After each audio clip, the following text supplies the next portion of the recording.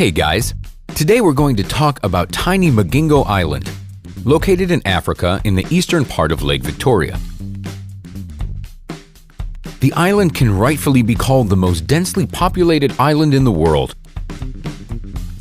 According to official data, over 100 people live on just 2,000 square meters.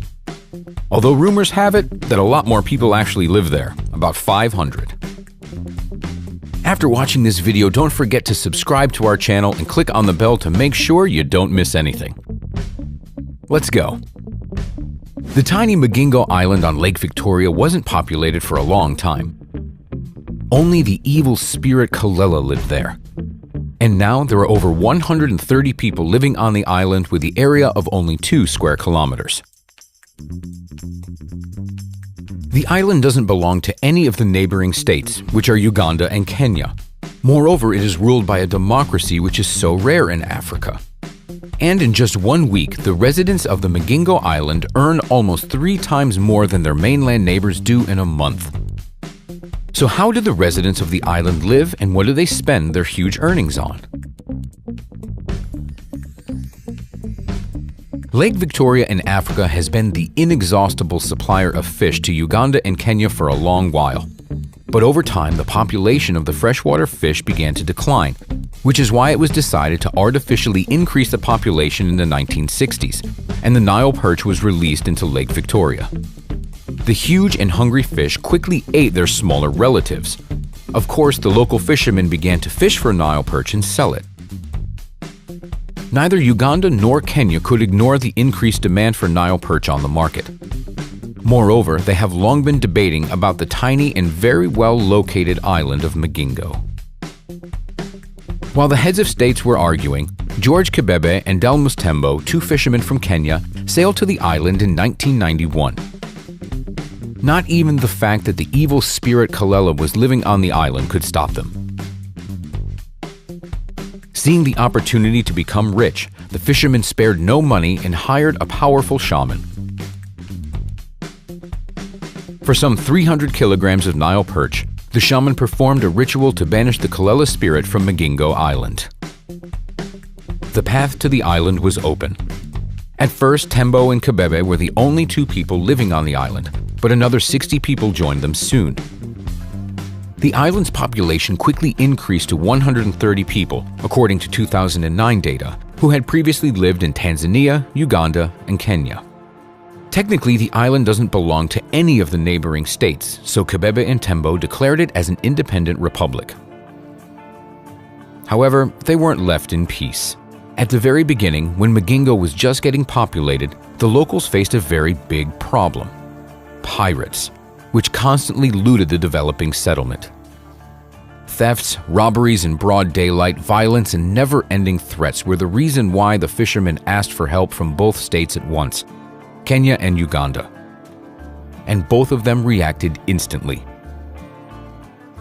In 2004, the Uganda Coast Guard established its own police station to protect the island from pirates. The flag of Uganda was raised over the tent where law enforcement officers were stationed. In exchange for protection from the pirates and the arbitrariness of the neighbors, the governments of the countries demanded the island's residents to pay taxes, but of course, they didn't agree. This resulted in a series of conflicts between Kenya and Uganda. The coast guards of both countries even broke shacks on the island and cut fishing nets. There were a few gunfights in which several locals were killed. This also caused several armed fights between the Ugandans and Kenyans living on Migingo Island itself, which ended in the death of 6 people.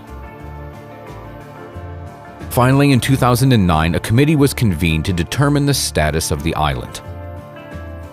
A joint decision was made that the Migingo Island's local fishermen would pay taxes to both Uganda and Kenya. That same year, Kenyan police arrived at the island, led by the famous politician Julius Mutulaga, who declared the island the territory of Kenya. Exactly 1 day later, the Ugandan government sent 60 armed Marines to the island.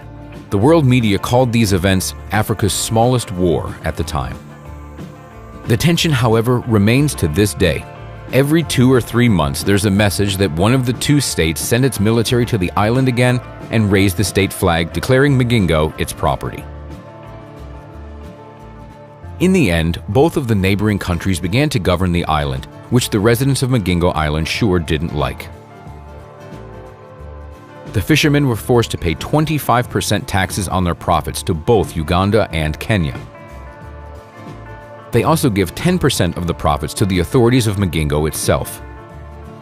However, they don't really suffer that much, since the Nile perch is very expensive and skillful fishermen can earn up to $300 to $400 per week selling it.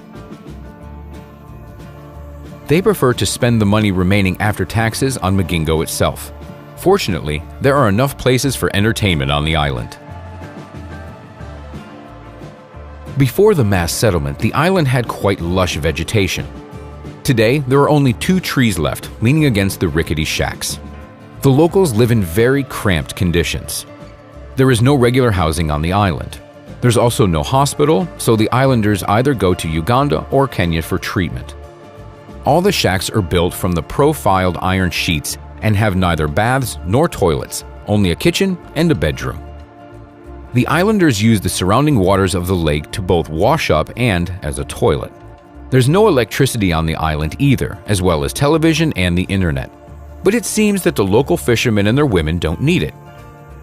Fishermen spend their time fishing, and their women gut the fish. They gut the Nile perch right on the shore, after which they send most of the catch to be sold. They clean the remaining fish and hang it on the fishing lines or wires to dry right in the narrow passages between the shacks. And in their free time, the Migingo Island residents relax and have a lot of fun. There are many places of entertainment on this island, with the area of about half a football field.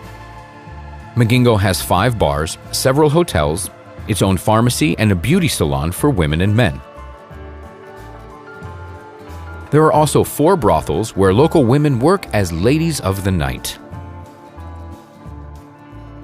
Bars and brothels quite openly sell alcohol and soft drugs, but only to the locals.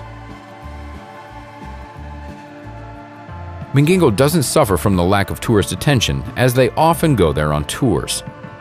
They've even built a few hotels with the same profiled iron sheets with dirt floors for the tourists. The more or less regular buildings on the island are the police station, built by the Ugandans, and a small church. The Ugandan police keeps the order and protects the tourists. By the way, they can't stay on the island for longer than a day. This rule was set out by the honorary senators Kibebe and Tembo, who govern the island affairs. All the laws and rules of behavior aren't just thought of by the senators Tembo and Kibebe. They confer with 5 more male senators who are elected by the island's residents.